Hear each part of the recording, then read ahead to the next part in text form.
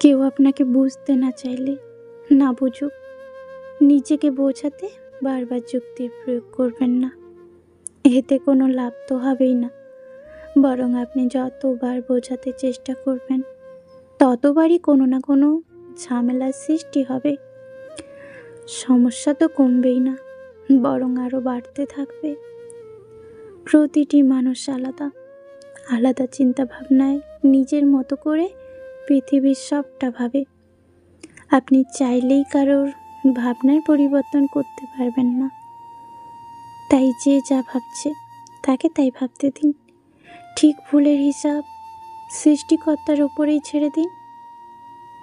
যদি ভুল হয়ে থাকে, নির্দিষ্ট সময় সে ঠিক ভুল ভাঙিয়ে দেবে।